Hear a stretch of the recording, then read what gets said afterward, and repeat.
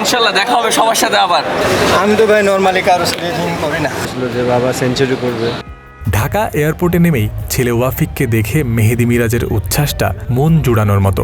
বাবা আর ছেলের মধ্যকার দৃশ্যমান এই ছোট্ট মুহূর্ত ঠিক তেমনই। সকাল 11:22 পাকিস্তানকে বাংলাবাস করেছে টাইগাররা। এরপর সব রকম আনুষ্ঠানিকতা শেষ করেই হোটেলে ছুটেছেন নাজমুল শান্ত, লিটন দাসরা। সিলেট থেকে বেলা 3:10 ফ্লাইট ধরেছেন, উদ্দেশ্য ঢাকা।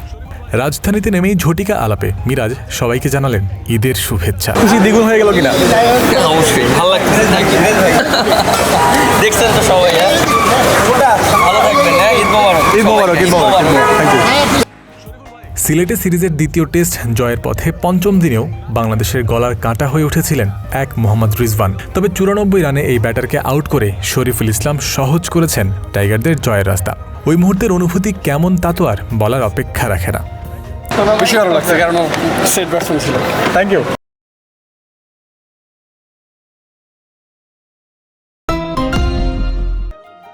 টেস্টে লিটন দাসের ব্যাটিং প্রতিপক্ষের মাথা ব্যথার কারণ হয়ে দাঁড়ায় নিয়মিতই।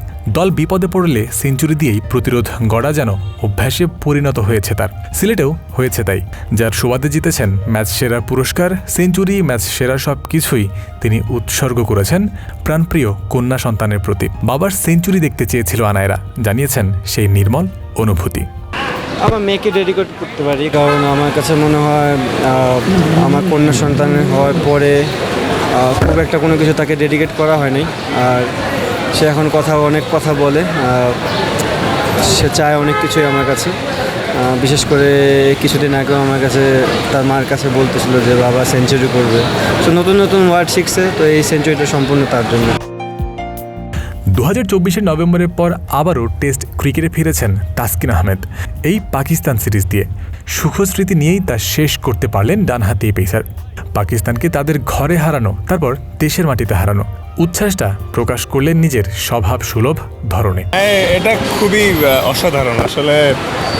এরকম ফ্ল্যাট ডেকে এত স্পোর্টিং কন্ডিশন ছিল এবং সব মিলে আমরা ভালো ক্রিকেট খেলে জিতছি ওদের দেশের পরে। এখন এখানে হোমেও জিতলাম, সো খুবই দারুণ একটা ফিলিং। ইনশাল্লাহ সামনে আরো ভালো, সবাই দোয়া করবে। অনেক স্লেজিং হয়েছে, tough mentality part of game. So অস্ট্রেলিয়ার জন্য অস্ট্রেলিয়া আসছে, কিছু বলবেন?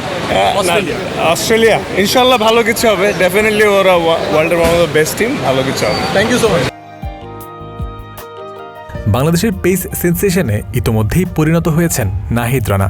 খোদ পাকিস্তানিরাই বলছে টাইগার এই পেসারকে রীতিমতো ভয় পায় পাকিস্তানি ব্যাটাররা। স্লেজিং করেও রিজওয়ানদের নাজেহাল করেছেন লিটন শান্তরা। তবে রানা জানিয়েছেন স্লেজিংটা তিনি তেমন করেন না। আমি তো ভাই নর্মালি কারো স্লেজিং করি না। পাকিস্তান পর্ব শেষ হলো। ঈদের পর বাংলাদেশ সফরে আসবে শক্তিশালী অস্ট্রেলিয়া। তাদের বিপক্ষে সাদা বলের সিরিজ মেহেদী মিরাজ নেতৃত্ব দেবেন ওয়ানডেতেই। অজিদের জন্য মিরাজের আছে কি কোনো বার্তা? ইনশাল্লাহ দেখা হবে সবার সাথে আবার। ঠিক আছে, থ্যাংক ইউ। হজরত শাহজালাল আন্তর্জাতিক বিমানবন্দর থেকে জয়ন্ত বিন্দু, ক্রিক ফ্রেন্সি।